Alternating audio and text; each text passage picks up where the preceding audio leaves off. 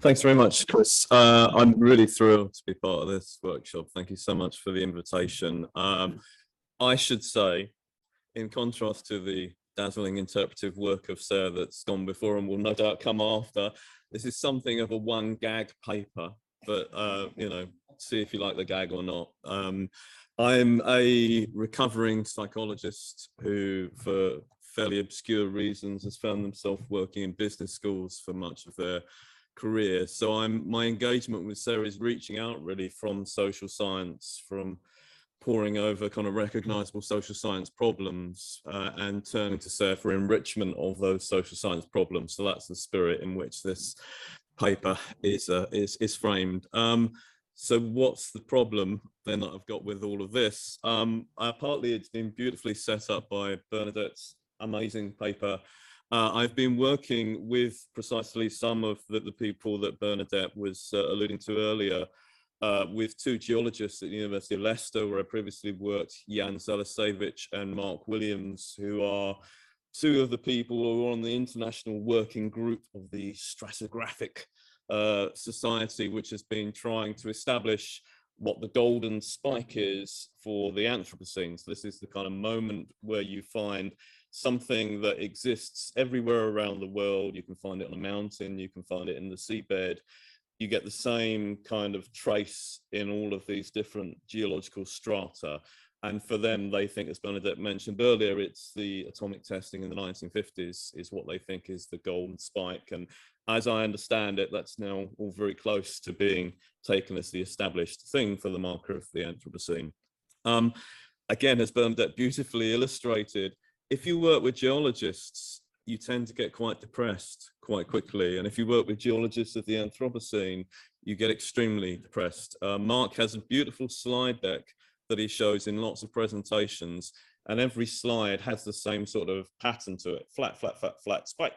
It doesn't matter what it is. If it's CO2, if it's radiation, it doesn't matter what it is. All the slides look the same, and the spike is, roughly from about 1950. It's extremely chastening then, I think, as a social scientist to think, well, what do you do potentially at a time of the end of the social? How do you make recommendations about how to think in anthropocenic terms in a business school when it's quite possible that the window of doing anything might be very small? So in other words, how does one think about the end of the social and think about our own death as humanity, and nevertheless consider what that might mean for carrying on and being a social scientist? So that's the spirit in which I want to reach out for this. So I'm principally engaging with statues here, and these couple of well-known parts from statues. This idea of death being both behind us and in front of us. And if you remember, the ending is very much focused on, well, what happens when we make that switch from death being this kind of driving force that we're fleeing from towards death as being right in front of us, the thing that we're continuously confronting. So in the midsection, there are these three stories by Guy de Maupassant. I'm a big fan of M.R. James, local lad, and his style of doing ghost stories, and I'm immediately attracted, I think, to these kind of slightly spooky tales. This is one from A Tress of Hair, about this fetish object that haunts the narrator, and in which the narrator is then thrown back into confronting the past because death seems to be the immediate future. And early on in the book says, we went around saying, of what use are the humanities, cultures or religions? Answer, they're useful for not dying. They've been useful up until now for keeping us alive. And I wonder if that is still the case. And in as much as we might see the social sciences as part of the things that study the things that keep us alive, is that still the case? The sort of marvelous turn to the notion of social technologies does a lot of work for social scientists, particularly with kind of in a higher education and an economic system that seems sort of relentlessly driven by technologies, and all of the funding seems to be around the exploitation of technologies. The idea that there may be these various soft forms of technology. There may be these rituals and practices that we might have some expertise over. Does an enormous amount of work for us, I think, as social scientists.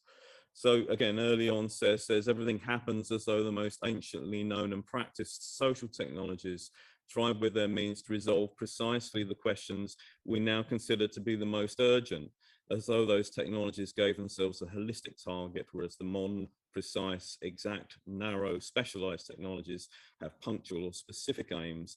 The junction of the hard and social sciences brings back the problem of the local and the global.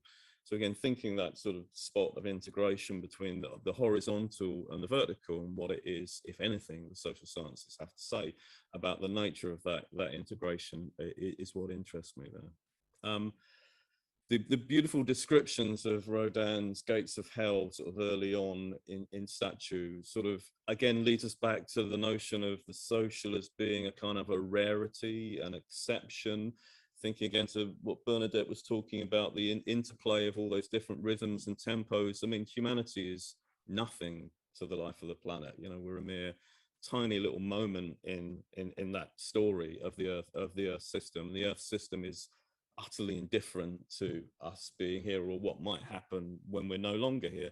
So that notion that out of the noise emerges this tiny kind of moment that we might think of as humanity, this tiny moment that we might think of the social, which is occupies this tiny brief span, and it won't really matter to the planet when that is over, I think is also quite challenging. So the problem is then how to think that moment when it is over, how to think about what it means to be approaching that kind of moment when it's over. So I like this detail from the gates of the kind of thinker emerging out of the chaos, but you know, the reverse movement is also happening. The thinker, the cognitive, the arts, all of our achievements, all of those technologies just disappearing back into the noise of the Earth system over time. So the well-known scheme within SARE for thinking about foundations and thinking about the relationship to death that's within that. So the well-known scheme we get in Rome and in lots of other places throughout all of his work of this initial fetishization of property that involves violence, that the founding of place, the local, then involves this act of violence, which then becomes replaced by a substitution for animal sacrifice, which eventually then goes into the substitution for fetishes and quasi-objects, all the way up to world objects. That sort of story of foundation, I think, does a lot of really interesting work in that it places death right at the center of it, and death constantly returns. It also sort of suggests, we heard earlier about the notion that this is a cycle that we go through, that, you know, it may be that we never actually get very far from violence. I really enjoyed the example earlier of, you know, we think about symbolic violence, but being smacked in the face is probably worse than those forms of symbolic violence. I like the idea that at every point this is reversible. Those substitutions aren't perhaps as stable or aren't perhaps as durable as we thought. We're always sort of drawn back into this violence that founds at every point. So we're never that far away from death, however much we might think we're fleeing from it. It's always coming back and haunting us the whole way. And that, for me, poses sort of interesting questions about how do you think of what organizing means from the perspective of death? How does one think about what it means to plan over time when it's always possible that violence returns at the heart of organization?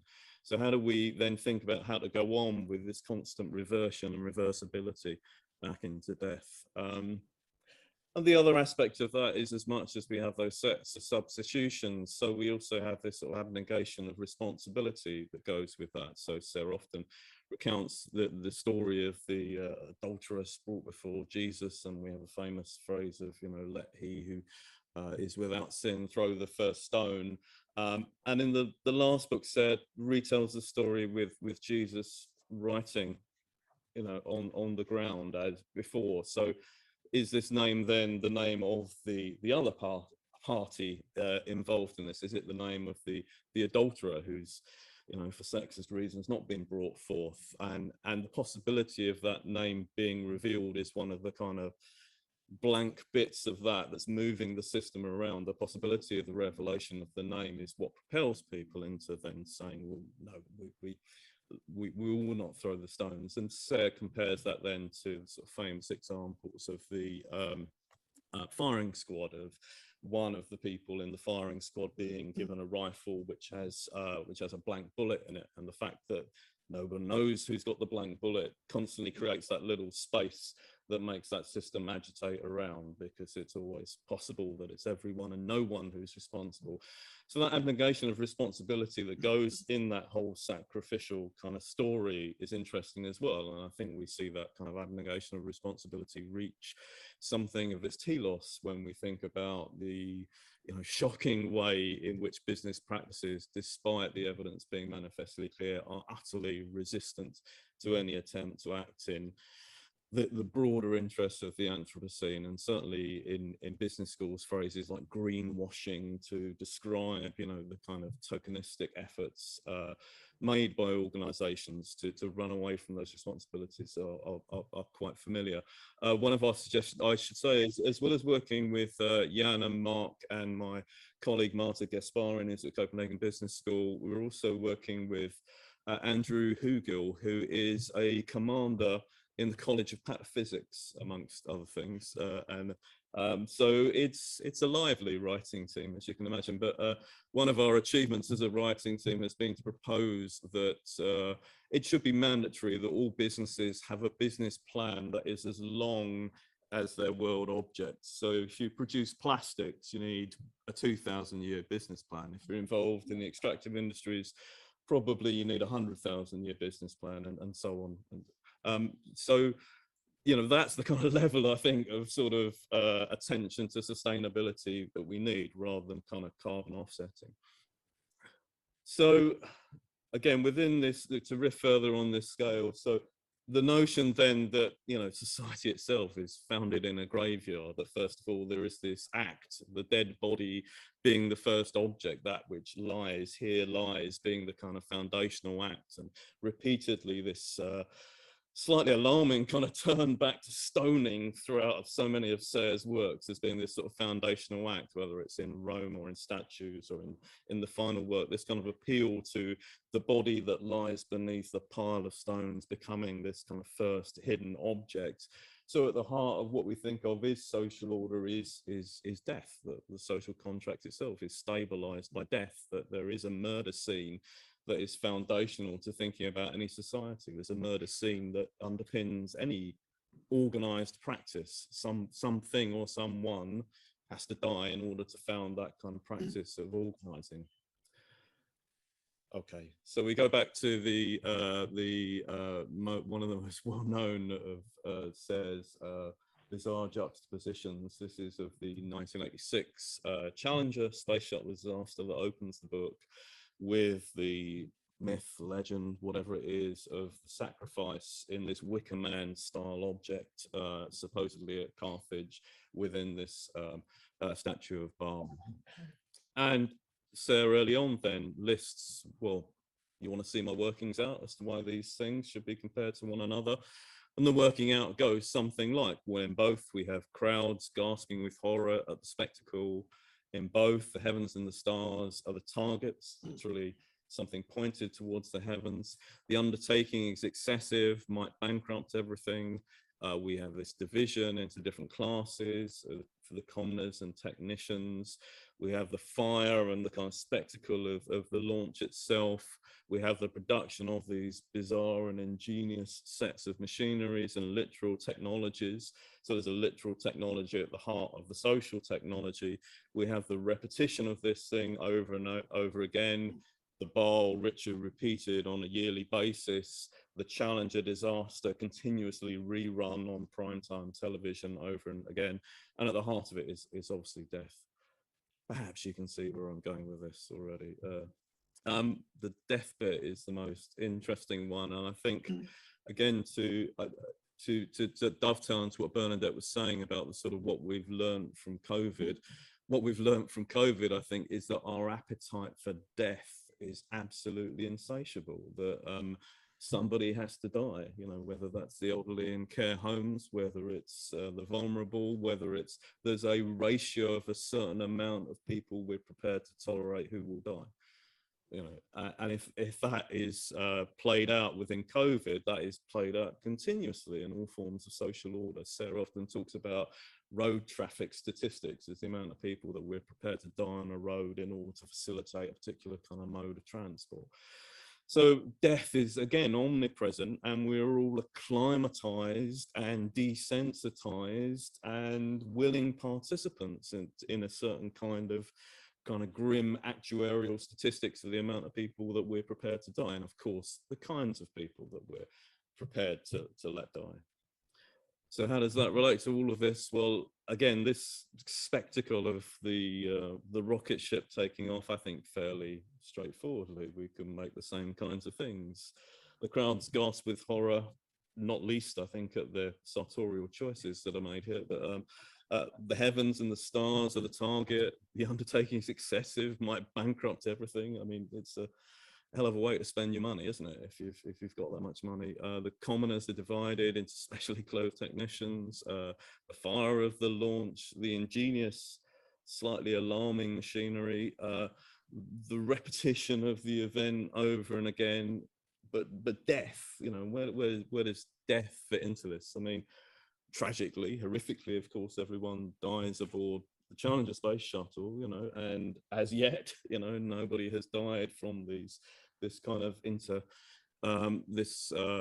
race between various moneyed individuals to send things into the sky. No one, as far as we know, has quite died yet within that process. So where is death within all of this? Here's a slight cheat, but this is Elon Musk rather than Jeff Bezos. But let me see if we can hear this.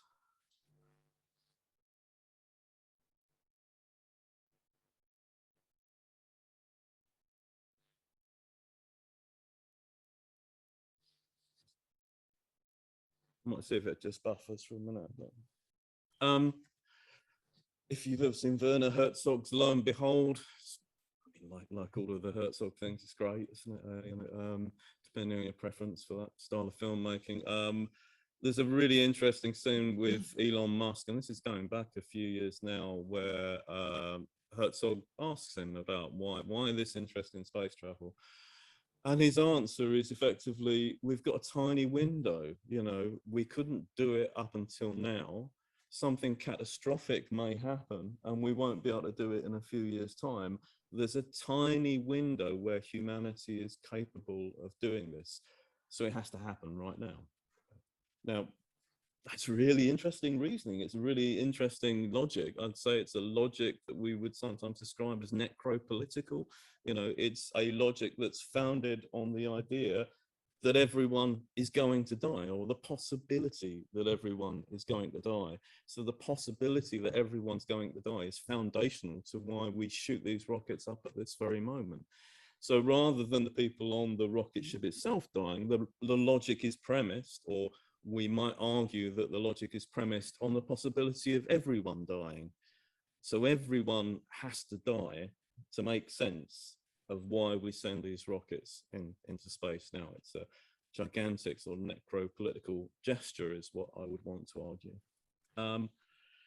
So what is the gesture of firing these things up? What is it technically accomplishing? And again, there's one of the beautiful stories that Sarah discusses, Spasm, one of the English translations of it. So if you remember this story, this is again very much like an M.R. James story. A narrator meets some characters who recount a strange act, but the narrator then meets a father and a daughter and notices that the father has some sort of odd hand gesture movements, and the father then explains this came about through a terrible episode where he believed his daughter was dead.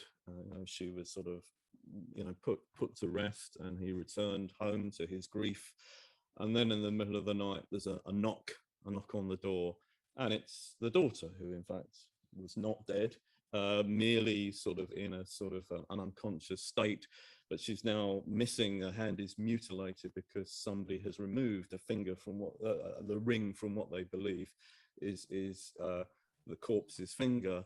And immediately one of the servants in the father's house then catches sight of this and then falls down dead.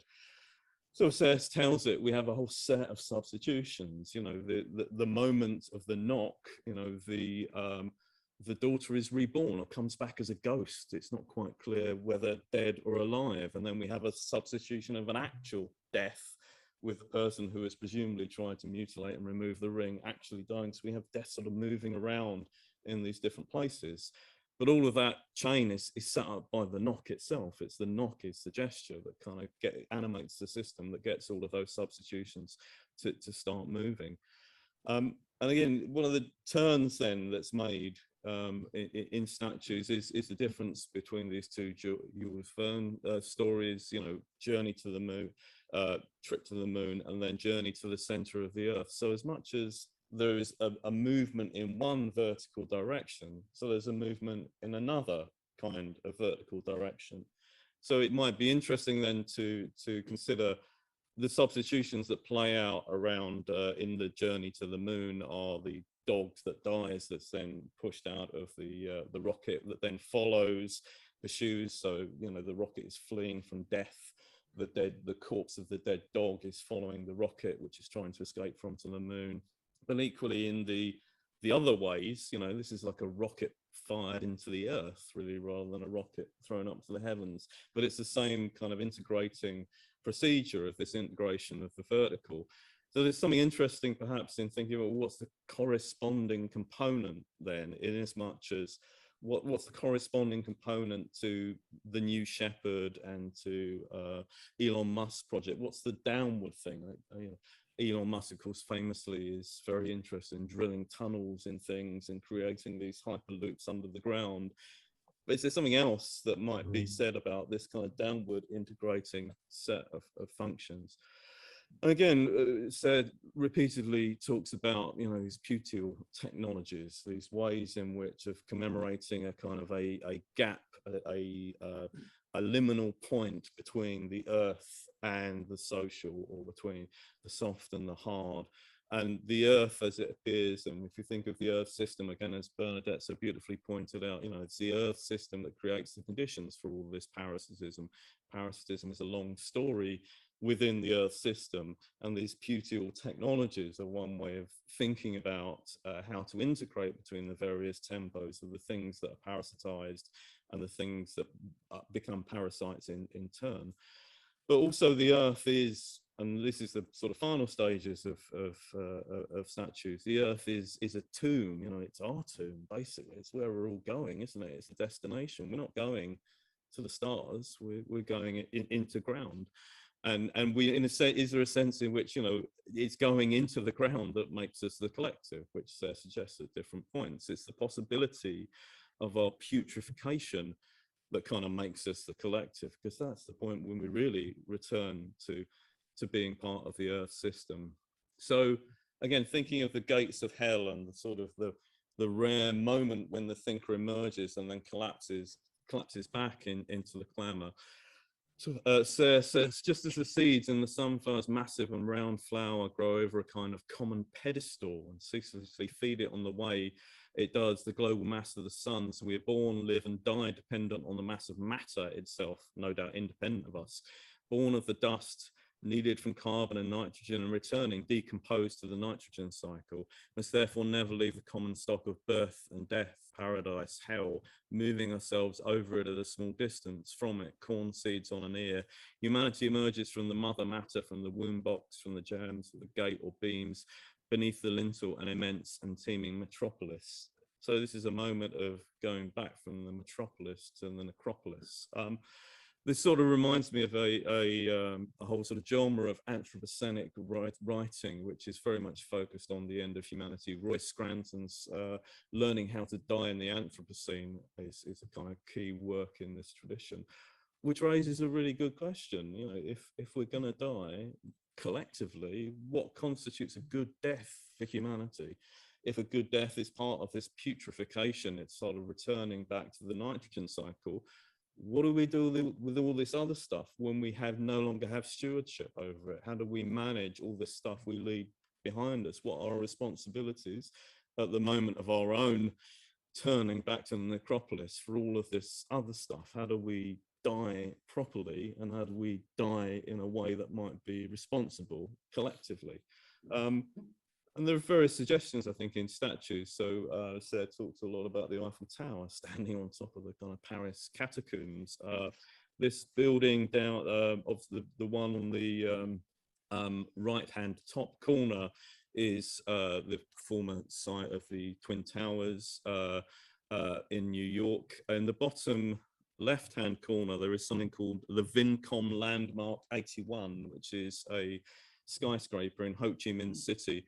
And the local story about this skyscraper is that it is, as much as it's going up, it's going down, and it's pinning the heart of a dragon beneath the soil, you know. So these things that go up also have this downwards dimension to them, rather like in the Jules Verne story.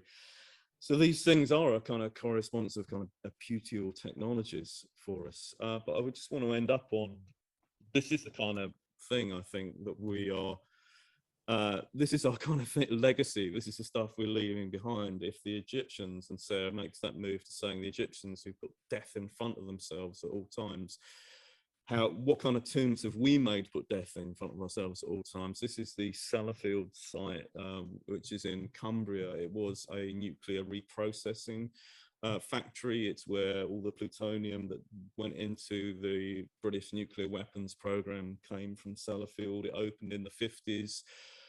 Some people may know it by its former name of Windscale, a name that gave me chills, I think, growing up. It was a scene of, you know, one of the worst nuclear accidents in kind of British history, and probably in, you know, internationally. It's a really interestingly complicated site. Now, they haven't quite managed a 10,000-year business plan, but they do have a 100-year business plan. So the site will not be clear until 2133, I think, something like this, which seems to me, if we're to believe our geology colleagues, might be at the edge of where humanity is at all, 2133. So it's quite ambitious to imagine. So how do we think about these kinds of tombs that we've built, and where else do we find these kind of tombs? And I think it's in these kind of places made to be more central to how we're thinking about organizing practices than they currently are. So I think rather than think in terms of, you know, carbon offsetting, or in terms of small scale things that we, you know, shortening supply chains, we need to think about these tombs. We need to have the construction of the tomb as a fundamental understanding of what all organizations are, which is basically covering over a murder site. Thank you.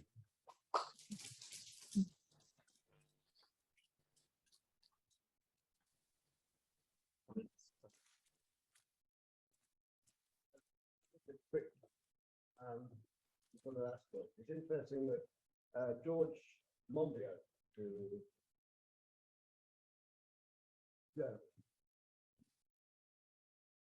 recently turned to favouring nuclear power because of the Fukushima disaster. It's not like in the media you might think, wow, it was a really terrible disaster.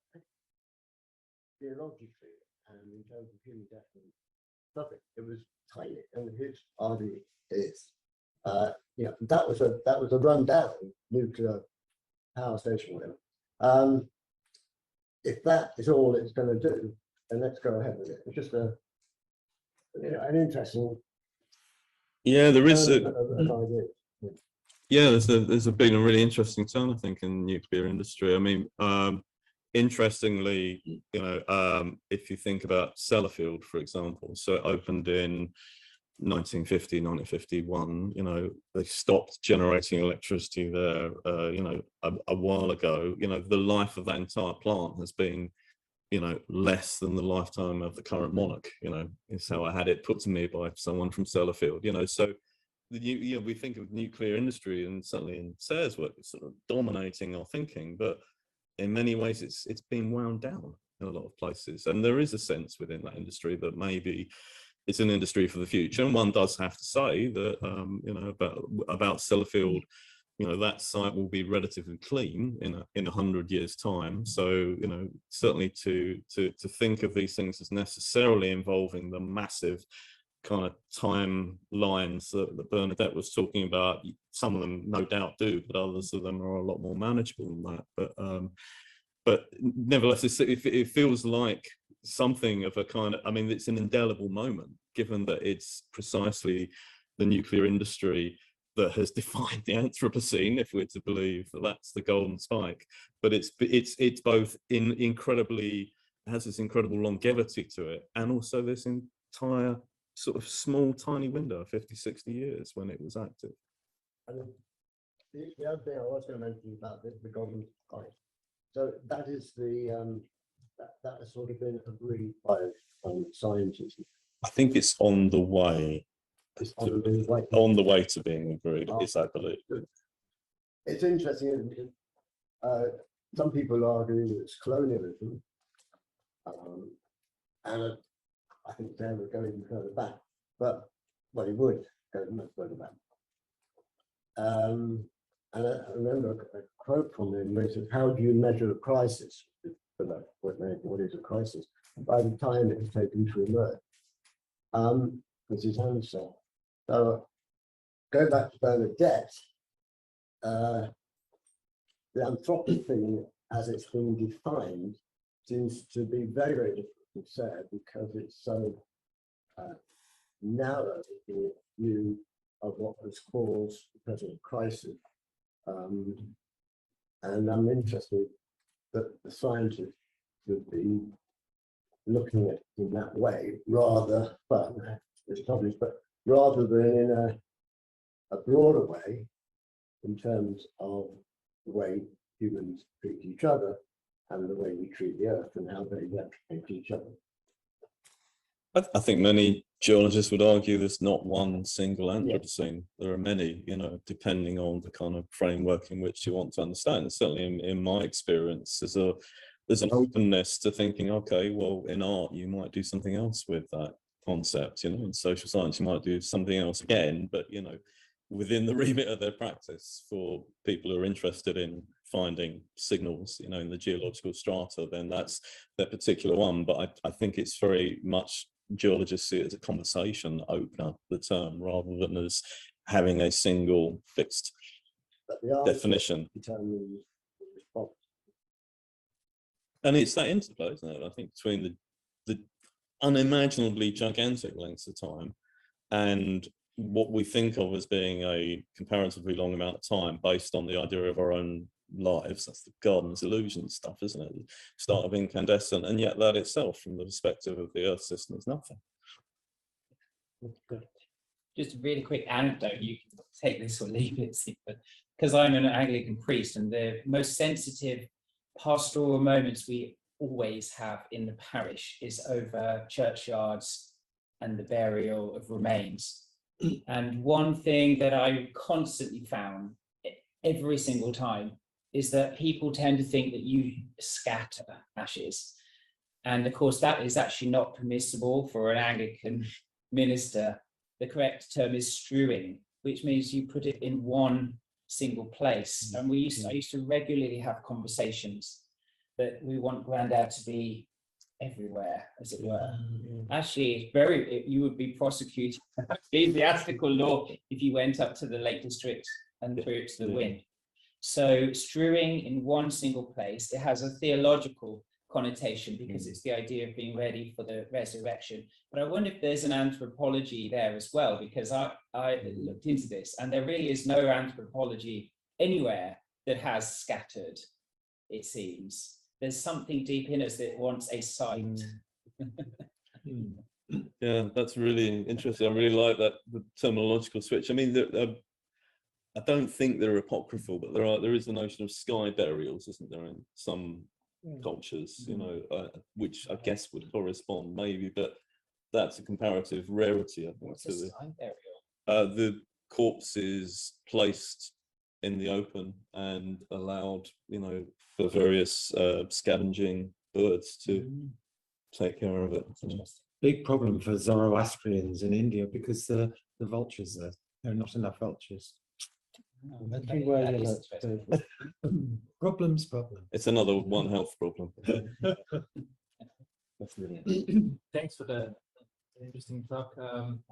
I was expecting when you talked about that nuclear energy that you were also going into the nuclear waste being put down very deep in the earth, and that made me think of.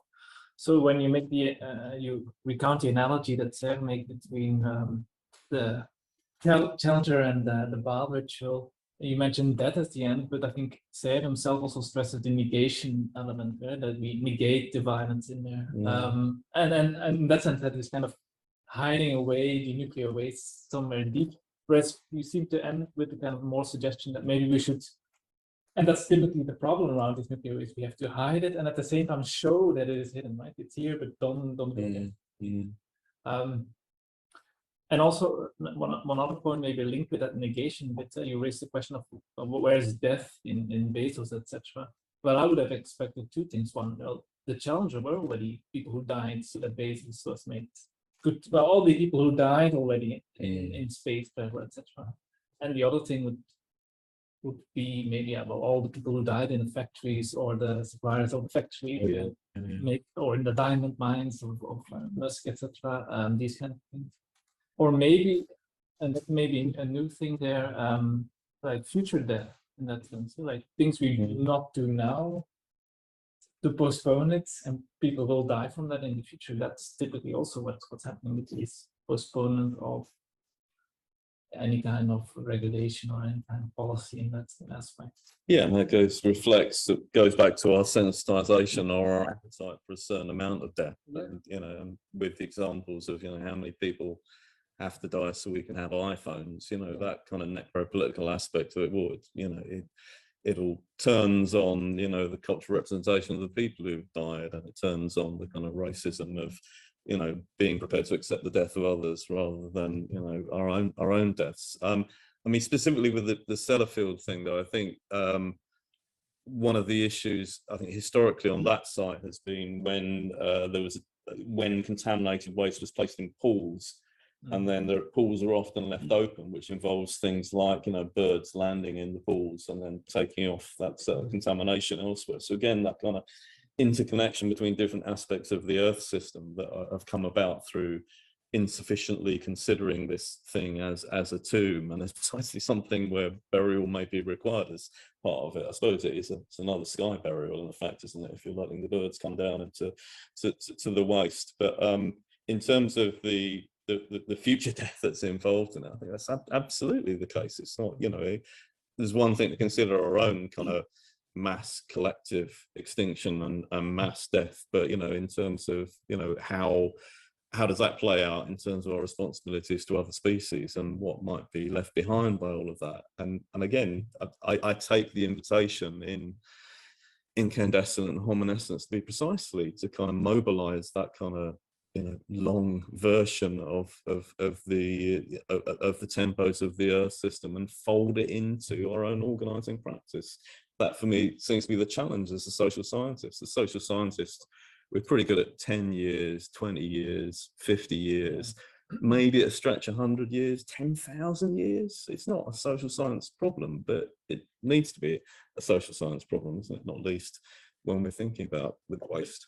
It's then the kind of solution that we think of, indeed, that this negation is well negated in a way, so that we have to precisely not hide it or something. Is that the kind of, maybe brings in a way also back to the debates this morning about Christianity, because I think that's what Sarah and JR and Susan see in Christianity, like the quote you gave of Jesus, if you're without sin to the first stone, it's like showing that defiance there and showing that and making it in the open, rather the kind of scapegoat magnet, the kind of cycles of violence. And is that the kind of way we have to go there? Is that the kind of politics that would follow from that? I'm not sure about the politics. Well, I mean, in both cases, there's the play of the hidden and the not hidden, isn't it? And that's the with the person who has the rifle with the blank bullet in it. It's both known there is a blank bullet, but it's not known who has the blank bullet at any one moment. So it's both demonstrated and hidden at the same time. And the same thing with the reprocessing. We both know it's there and it's not visible to us at the same time, in the same way that with the pyramids, we know there's a corpse buried in it, but the corpse is also inaccessible to us most of the time. So it's that constant interplay between the hidden and the reveal the whole time, and the kind of oscillation between those two things that's keeping it going. And do we have to, I'd say, but increase the cycle of hiding and showing it? Is that then the way to do? I mean, Well, in some sense, I mean, that's the comment Bernadette was making earlier. It's no longer up to us to be able to do that. You know, it's more how to inhabit that rhythm in a slightly different way of the, you know, of the making manifest and the hiding, you know, because so much of the decisions are no longer our decisions around that. it's quite ridiculous. Yeah. I wonder, because I'm thinking about, I mean, on the one hand, I like a lot your idea with the business plans, no? So one part in times of crisis that I was always very fond of is that Sarah introduces a way to estimate the relevancy of particular crisis by asking whether we need to ask what duration of a time period does something that is now called a crisis close. Now, and if this period is very long, it's a more relevant crisis than when it is very short. And this kind of proportioning, I find it architectonic and pragmatic, no, as a kind of an orientation scope.